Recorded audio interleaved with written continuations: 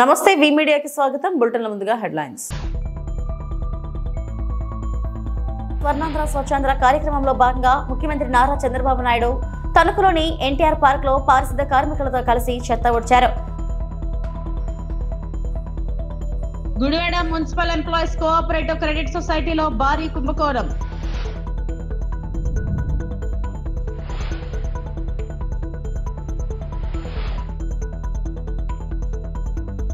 వివేక హత్య కేసు సాక్షులను బెదిరిస్తున్నారు సునీత.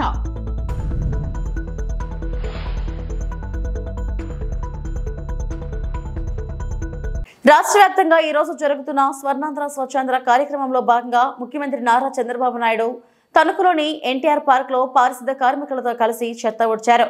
అనంతరం కార్మికులతో ముఖాముఖి కార్యక్రమంలో పాల్గొని వారి సమస్యలు బాగోగులు అడిగి తెలుసుకున్నారు.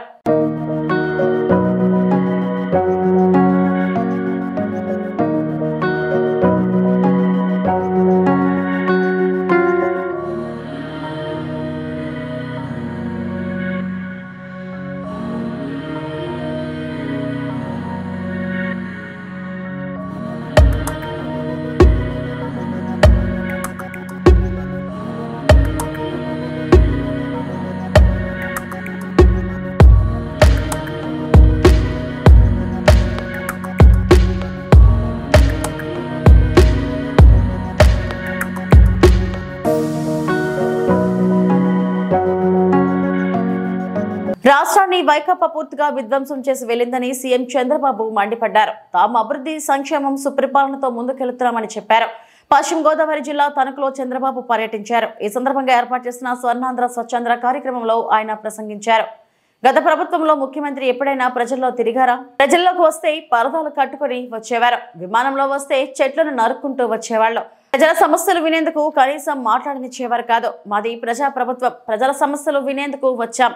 పరిపాలనలో సంస్కరణలు తేవాలన్నదే మా ఏకైక లక్ష్యం. గత ప్రభుత్వం 10 లక్షల కోట్ల అప్పు మనకు మిగిల్చి వెళ్ళింది. అప్పు తీర్చడంతో పాటు వడ్డీ కూడా కట్టాల్సి వస్తుంది. గత సీఎం కనీసం మురికి కాలువల్లో పూడిక కూడా తీయించలేదు. జగన్ 45 లక్షల మెట్రిక్ టన్నుల చెత్తను వారసత్వంగా ఇచ్చారు.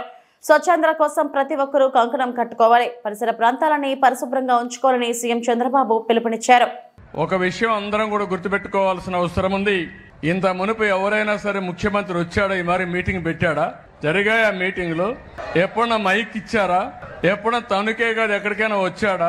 వస్తే నేరుగా పరదాలు కట్టుకొని వచ్చేవాళ్ళు. విమానంలో వస్తే చెట్లను నరుక్కుంటా వచ్చేవాళ్ళు. ఎవరికి మైక్ ఇచ్చేవాళ్ళు కాదు. మీరెక్కడో కూర్చుంటే వాళ్ళు ఎక్కడో కూర్చునేవాళ్ళు, ఆకాశంలో ఉండేవాళ్ళు. ఇది ప్రజా ప్రభుత్వం. ప్రజలు ఏమి చెప్పినా విని పరిపాలనలో సంస్కరణలు తేవాలని ఏకైక ధ్యేయంతోనే ఈ రోజు నేను మీ ముందుకు వచ్చానని చెప్పి కూడా నేను మీకు తెలియజేస్తున్నా. నేను ప్రతి నెల 3వ శనివారం స్వచ్ఛ ఆంధ్రప్రదేశ్ పెట్టాను. ఈ రోజు మీరు చూస్తున్నారు నా పక్కన కూర్చునింది ఎవరైతే మున్సిపల్ కార్మికులు పక్కన కూర్చుని పెట్టానంటే వాళ్లకు నేను గౌరవిస్తున్నా. మన ఆరోగ్యాన్ని కాపాడే వ్యక్తులు ఎవరంటే ఇక్కడ కూర్చున్న వ్యక్తులు. ఒకప్పుడు వాళ్ళ పట్ల చాలా చులకనగా చూసేవాళ్ళం. ఈ రోజు మన అందరిలో కూడా గౌరవం పెరిగింది. మన ఆరోగ్యాన్ని కాపాడుతున్నారు, మన కోసం పనిచేస్తున్నారు. ఎవరు చెయ్యని పని వాళ్ళు చేస్తున్నారు. అలాంటి వాళ్ళని మానవతా దృక్పథంతో చూడడమే కాకుండా సమాజం గౌరవించాల్సిన అవసరం ఉంది. ఈ విషయం మీరు గుర్తుపెట్టుకోవాల్సిన అవసరం ఉంది. అలాంటి వారి జీవితాల్లో కూడా ఎన్నో సమస్యలు ఉన్నాయి. వాళ్ళకు కూడా హామీ ఇస్తున్నాం. భవిష్యత్తులో మున్సిపల్ కార్మికులు ఎవరైతే ఉన్నారో వాళ్ళందరినీ ఆదుకునే బాధ్యత ఈ ప్రభుత్వం తీసుకుంటామని చెప్పి మీ అందరికీ హామీ ఇస్తున్నాం. ప్రతి 3వ శనివారం రాష్ట్రంలో పనిచేసే అందరికీ ఒకటే విజ్ఞప్తి చేస్తున్నాను. 30 రోజుల్లో 29 రోజులు మన కోసం పనిచేద్దాం. ఒక్క రోజు మాత్రం మీ ఆరోగ్యం కోసం, సమాజం కోసం ఆలోచించండి. ఒక్క రోజు పని చేయకపోతే కొంపలు కూలిపోవు. ఒక్క రోజు చదువుకోకపోయినా పర్వాలేదు, ఉద్యోగస్తులు పని చేయకపోయినా పర్వాలేదు. అందరినీ ఒకటే చెప్తున్నాను, మీ పరిసరాలు శుభ్రంగా పెట్టుకోండి. ప్రతి ఒక్కరు ఇల్లు శుభ్రంగా ఉండాలి. ఇల్లు శుభ్రంగా చేసి ఇంట్లో చెత్త తీసుకొచ్చి వేరే వాళ్ళ ఇంట్లో వస్తే మంచిది కాదు, రోడ్డు మీద వేసినా మంచిది కాదు. ఈ విషయం గుర్తుపెట్టుకోవాల్సిన అవసరం ఉంది. మేము ఈ రోజు చెప్తున్నాం, పొడి చెత్త అదే మరిగా ఏదైతే తడి చెత్త, ఈ రెండు సెగ్రిగేట్ చేయమంటున్నాం. మీ ఇంటికి వచ్చే మున్సిపల్ సిబ్బందికి సెపరేట్ చేసిస్తే చాలా వరకు ఉపయోగపడే. తెలంగాణ అసెంబ్లీలో కీలక వ్యాఖ్యలు చేశారు ముఖ్యమంత్రి రేవంత్ రెడ్డి. ఈ క్రమంలో మాజీ సీఎం కేసీఆర్ కు సవాల్ విసిరారు. కేసీఆర్ హయాంలోనే కృష్ణా బేసిన్ జలాల్లోకి తెలంగాణ అన్యాయం జరిగిందన్నారు. ఈ విషయంలో తమతో చర్చకు సిద్ధమా అని ప్రశ్నించారు. ఈ విషయంలో కాంగ్రెస్ తప్పు ఉంటే క్షమాపణ చెప్పేందుకు సిద్ధం ఉన్నట్లు చెప్పారు. గవర్నర్ ప్రసంగానికి ధన్యవాద తీర్మానంపై ముఖ్యమంత్రి రేవంత్ రెడ్డి ప్రసంగించారు. ఈ సందర్భంగా సభలో సీఎం రేవంత్ రెడ్డి మాట్లాడుతూ గవర్నర్ కు మనస్ఫూర్తిగా ధన్యవాదాలు. గతంలో గవర్నర్ ప్రసంగం లేకుండానే బడ్జెట్ సమావేశాలు జరిగాయి. బలహీన వర్గాలకు చెందిన మహిళ గవర్నర్ గా ఉంటే ఆమెను సూటిపోటి మాటలతో అవహేళన చేశారు. భారత రాజ్యాంగం స్ఫూర్తితో వ్యవస్థలు ఏర్పడ్డాయి. రాజ్యాంగాన్ని గౌరవించాల్సిన బాధ్యత అందరిపై ఉంది. గత ప్రభుత్వం ప్రజాస్వామ్య విలువలను పాటించలేదు. అజ్ఞానమే గొప్ప విజ్ఞానం అనుకుంటున్నారు. గవర్నర్ ప్రసంగం గాంధీ భవన్ లో కార్యకర్త ప్రసంగంలా ఉందని కొందరు అజ్ఞానాన్ని బయటపెడుతున్నారు. గవర్నర్ ను గౌరవించే బాధ్యత మనది. ప్రజలకు ఇచ్చిన హామీలను అమలు చేశాం. వాటిని గవర్నర్ ప్రస్తావించారు. మాట్లాడాలనుకున్నది మాట్లాడతాం, ఎవరు అడ్డుకున్నా వెళ్లిపోతాం అన్నట్లుగా ఉంది బీఆర్ఎస్ సభ్యుల తీరు ఉందన్నారు.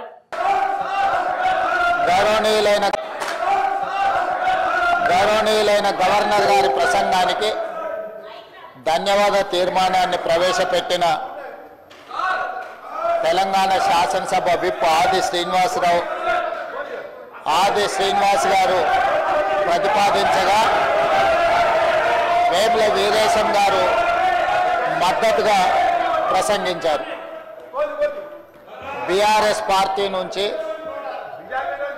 శాసనసభ్యులు జగదీశ్వర్ రెడ్డి గారు, భారతీయ జనతా పార్టీ సభాపక్ష నాయకుడు ఏలేటి మహేశ్వర్ రెడ్డి గారు, ఎంఐఎం పార్టీ సభాపక్ష నాయకులు అక్బరుద్దీన్ ఓవైసీ గారు, సిపిఐ పార్టీ నుంచి పెద్దలు కూనంనేని సాంశివరావు గారు, కాంగ్రెస్ పార్టీ పక్షాన మదన్ మోహన్ రావు గారు, రామచంద్ర నాయక్ గారు, టిఆర్ఎస్ నుంచి పల్లా రాజేశ్వర్ రెడ్డి గారు గవర్నర్ గారి ధన్యవాదాలు తెలిపే చర్చలో పాల్గొని వారి అభిప్రాయాలు తెలియజేయడం జరిగింది. అధ్యక్ష, ఈ చర్చలో పాల్గొన్న వారందరికీ హృదయపూర్వకంగా నా అభినందన తెలియజేస్తున్నా. అధ్యక్ష, భారత రాజ్యాంగం మనకు అందించిన స్ఫూర్తి, ఆదర్శాలు, ప్రజాస్వామ్య సాంప్రదాయాలకు కట్టుబడి కాంగ్రెస్ పార్టీ ఈ శాసనసభ సమావేశాలను నిర్వహిస్తున్నది. అధ్యక్ష, ఒకసారి తెలంగాణ రాష్ట్రం ఏర్పడ్డ తర్వాత గత ప్రభుత్వాల యొక్క వ్యవహార శైలిని ప్రజాస్వామ్యం పట్ల డాక్టర్ బాబాసాహెబ్ అంబేద్కర్ గారు అందించిన మన భారత రాజ్యాంగాన్ని మనందరం ఇదే బైబుల్గా, ఖురాన్గా, భగవద్గీతగా ఒక గొప్ప ప్రపంచ దేశాలతో పోటీపడి ముందుకు నడిపించే ప్రజాస్వామ్య దేశంగా పరిణమిల్లడానికి భారత రాజ్యాంగం ఉపయోగపడ్డది.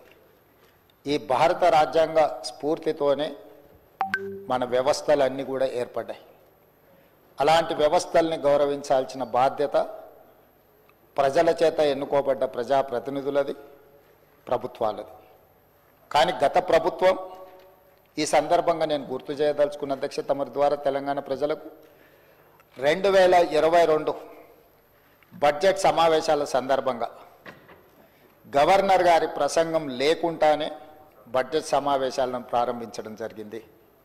అదేవిధంగా 2023 బడ్జెట్ సమావేశాల సందర్భంగా గవర్నర్ గారి ప్రసంగం లేకుండానే సమావేశాలను నిర్వహించాలని ఆలోచన చేస్తే ఆ రోజు కోర్టు కొంత కఠినంగా సూచన చేయడంతో విధిలేని పరిస్థితిలో గవర్నర్ గారి ప్రసంగాన్ని ఈ ఉభయ సభలను ఉద్దేశించి ప్రసంగించడానికి గత ప్రభుత్వం అనుమతి ఇచ్చింది.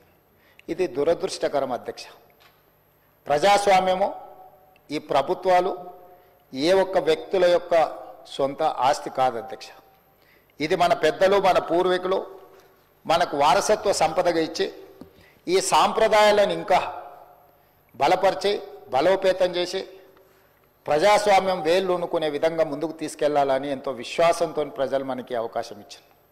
కానీ ఒక మహిళ, ముఖ్యంగా బలహీన వర్గాలకు సంబంధించిన మహిళ ఈ రాష్ట్ర గవర్నర్గా ఉంటే ఆ మహిళను ఎన్నోసార్లు గవర్నర్ హోదాను వ్యక్తిగా మహిళను అగౌరవపరిచి కించపరిచే విధంగా మాటలు, సూటిపోటి మాటలతో ఆనాటి గవర్నర్ గారిని గత ప్రభుత్వం అవహేళన చేసింది. కానీ మా ప్రభుత్వం వ్యక్తిగతంగా ఈ వ్యవస్థల యొక్క విలువలని తగ్గించడానికి మేము ప్రయత్నం చేయదలుచుకోలేదు అధ్యక్ష. అందుకే మా ప్రభుత్వం ఏర్పడ్డ తర్వాత రాజ్యాంగబద్ధ సంస్థలైన కేంద్ర ప్రభుత్వం కావచ్చు, లేకపోతే గవర్నర్, అదేవిధంగా న్యాయ వ్యవస్థలు కావచ్చు, ఎన్నికల వ్యవస్థలు కావచ్చు, వీటన్నిటితో సత్సంబంధాలను ఏర్పాటు చేసుకొని ఆ వ్యవస్థల్ని, సంస్థల్ని గౌరవించుకుంటూనే తెలంగాణ రాష్ట్ర ప్రభుత్వాన్ని ముందుకు నడిపించే ప్రయత్నం చేస్తున్నాం. అందులో భాగంగానే నిన్న పసుపుకు 15,000 రూపాయల మద్దతు ధర చెల్లించి రైతులను ఆదుకోవాలని ప్రభుత్వాన్ని డిమాండ్ చేస్తూ శాసనమండలి ఆవరణలో నిరసన తెలిపిన బీఆర్ఎస్ ఎమ్మెల్సీలో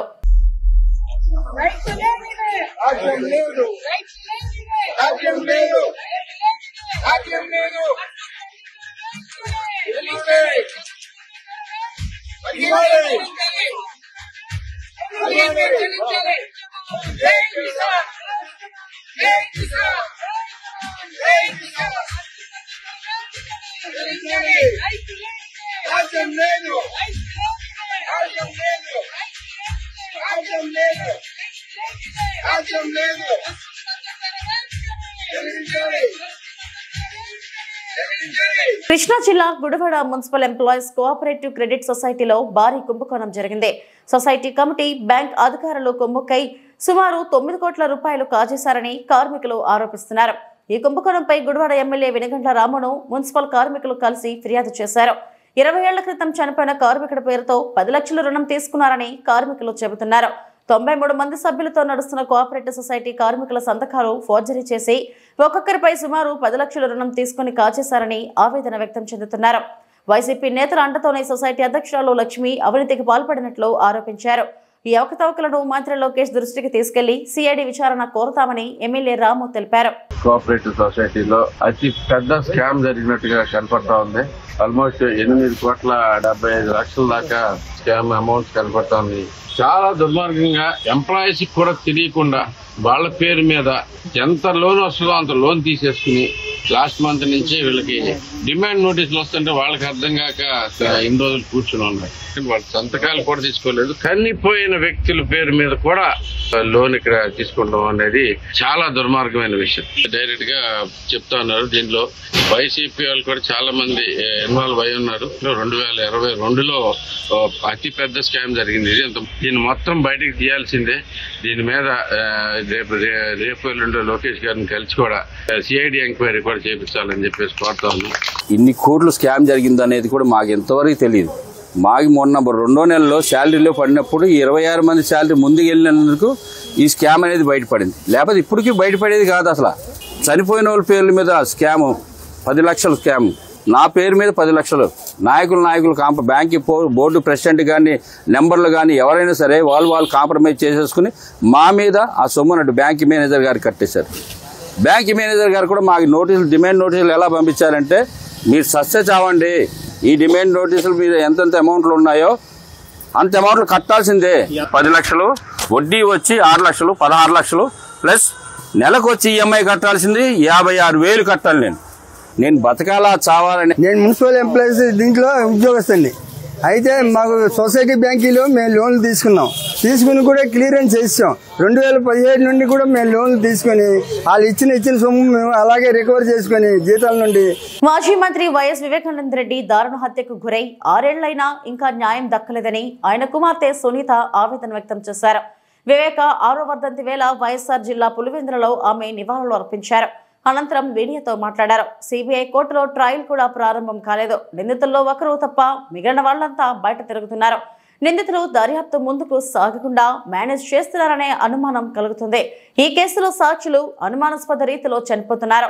సాక్షుల వాంగ్మూలాలు వెనక్కి తీసుకోవాలని నిందితుల్లో కొందరు బెదిరిస్తున్నారని సునీత ఆరోపించారు. 6 సంవత్సరాలు అయింది నాన్నగారు వైఎస్ వివేకానంద రెడ్డి గారు హత్య జరిగి. 6 సంవత్సరాలుగా పోరాడుతున్నాం న్యాయం కోసం. ఈ 6 సంవత్సరాల్లో ఎంత పోరాడినామో అందరూ చూస్తున్నారు. ఈ రోజు చూస్తే పరిస్థితి ఒక్కరు తప్ప వీళ్ళందరూ బయట లక్షణంగా బ్రతుకుతున్నారు. అక్యూస్ అందరూ బయట ఉన్నారు. ఇన్వెస్టిగేషన్ ఆగిపోయింది. ట్రయల్ మొదలు పెట్టట్లేదు. న్యాయం వస్తుందా? ఈ దారుణమైన హత్య గురించి ఇంతగా పోరాడుతున్నాము. వైఎస్ వివేకానంద రెడ్డి గారికి ఇంత అన్యాయం జరిగితే న్యాయం జరగలేదు, మరి ఇంకొకరికి ఎలా న్యాయం జరుగుతుందని అనుకుంటాము. ఎవరైతే నిందితులు అని చెప్పబడ్డారో వాళ్ళకంటే ఎక్కువ శిక్ష మాకు మా కుటుంబానికి ఎక్కువ పడుతున్నట్లుగా ఉంది. ఇది న్యాయం అసలు, కానీ ఖచ్చితంగా న్యాయం జరుగుతుందన్న నమ్మకం అయితే ఉంది. సిబిఐ వాళ్ళు మళ్ళీ ఇన్వెస్టిగేషన్ మొదలు పెడతారు అని అనుకుంటున్నాను. ఐఎమ్ హోపింగ్ కోర్టు వాళ్ళకి ఖచ్చితంగా ఇది చేస్తారని ఆశిస్తున్నాను, వాళ్ళని ప్రాధాన్యపడుతున్నాను. నాకు తెలిసి అయితే చాలా లోపాలు జరిగాయి, ఇన్వెస్టిగేషన్ లో జరిగాయి, ప్లస్ ట్రయల్ లో జరుగుతున్నాయి. ట్రయల్ మొదలే పెట్టట్లేదు. Accused know how to manage the system. వాళ్ళకి ఎట్లా సిస్టమ్ ని బైపాస్ చేయాలో, ఎట్లా మేనేజ్ చేయాలో తెలుస్తున్నట్లుంది. కాబట్టి ఇంకా ఎందుకు మనకి ఇట్లా న్యాయం జరగకుండా ఉంది. కానీ పోరాటం అయితే జరుగుతుంది, చూద్దాం. Let us see where it goes. Support అయితే ఇస్తాము అని చెప్పారు, కానీ ఎంత మటుకు చేయగలుగుతారు ఇది స్టేట్ గవర్నమెంట్ పరిధిలో లేదు ప్రస్తుతానికి. కానీ విట్నెసెస్ అందరూ ఇక్కడే ఉన్నారు, చనిపోతున్నది పరిస్థితి కూడా చూస్తున్నాము. విట్నెసెస్ అని జాగ్రత్త పరచుకోవాలి, అక్యూజ్డ్ జాగ్రత్త పరచుకోవాలి, లేకపోతే జస్టిస్ అనేది ఎట్లా వస్తుంది? ఎవరైతే దీంట్లో విట్నెస్ గా ఉన్నారు, ఎవరైతే దీంట్లో నిందితులుగా ఉన్నారు, అందరి బాధ్యత ఇప్పుడు స్టేట్ గవర్నమెంట్ మీద ఉంది. వీళ్ళందరినీ జాగ్రత్తగా వాళ్ళ హెల్త్ సంగతి చూసుకోవాలి, వాళ్ళ సేఫ్టీ గురించి చూసుకోవాలి, లేకపోతే జస్టిస్ అనేదానికి న్యాయమే లేదు. అదే కాకుండా చాలా మంది విట్నెసెస్ హోస్టైల్ అవుతున్నారు, విట్నెసెస్ మీద ప్రెషర్ పెడుతున్నారు, మీ స్టేట్మెంట్స్ వెనక్కి తీసుకోండి అని. అట్లాంటివి కూడా జరగకూడదు.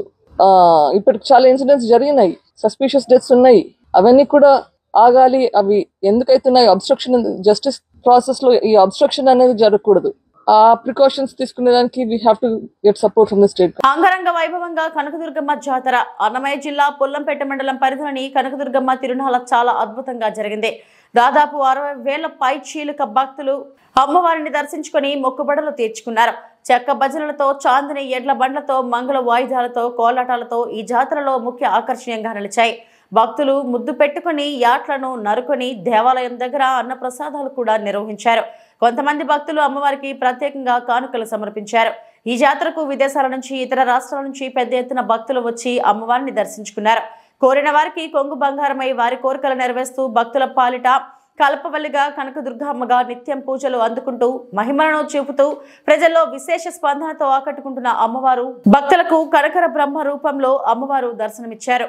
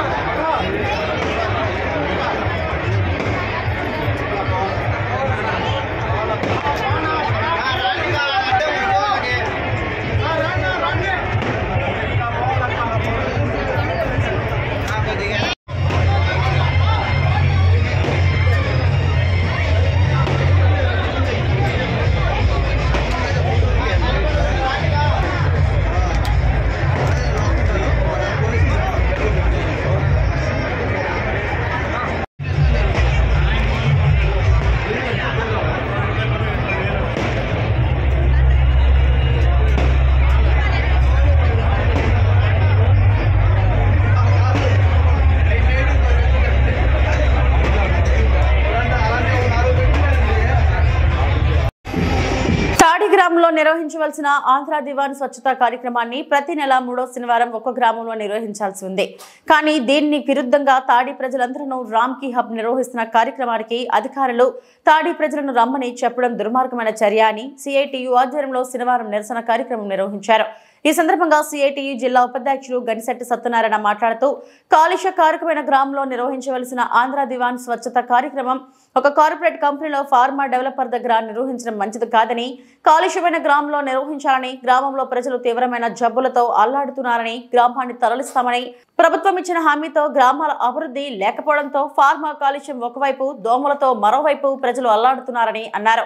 ముఖ్యమంత్రి చంద్రబాబు నాయుడు, డిప్యూటీ ముఖ్యమంత్రి పవన్ కళ్యాణ్ గ్రామాన్ని వెంటనే తరలించడానికి చర్యలు చేపట్టాలని గనిశెట్టి డిమాండ్ చేశారు.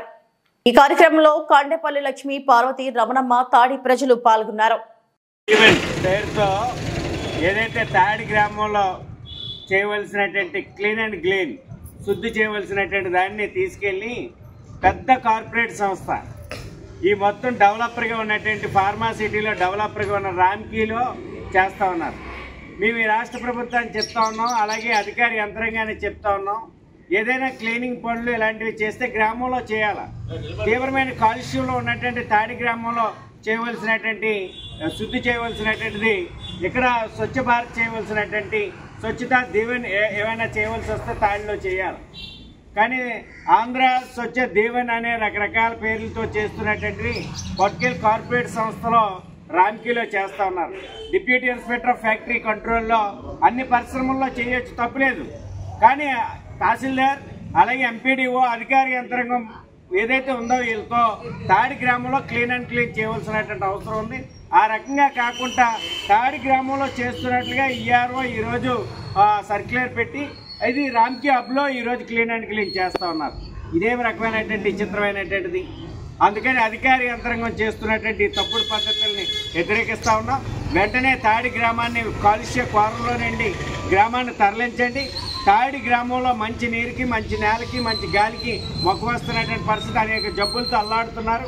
ప్రభుత్వాలు ఇచ్చిన హామీల ప్రకారంగా వెంటనే గ్రామాన్ని తరలించాలని, ఇక్కడే ఏదైతే స్వచ్ఛ భారత్, స్వచ్ఛ దీవెన్ ఉన్నాయో ఇక్కడే క్లీన్ అండ్ క్లీన్ పనులను చేపట్టాలనేసి మేము డిమాండ్ చేస్తా ఉన్నాం. లేని పక్షంలో అధికార యంత్రాంగాన్ని ఈ ఊర్లో ఇలాంటి పనులు చేస్తే మాత్రం అడుగు పెట్టనిచ్చేది లేదు.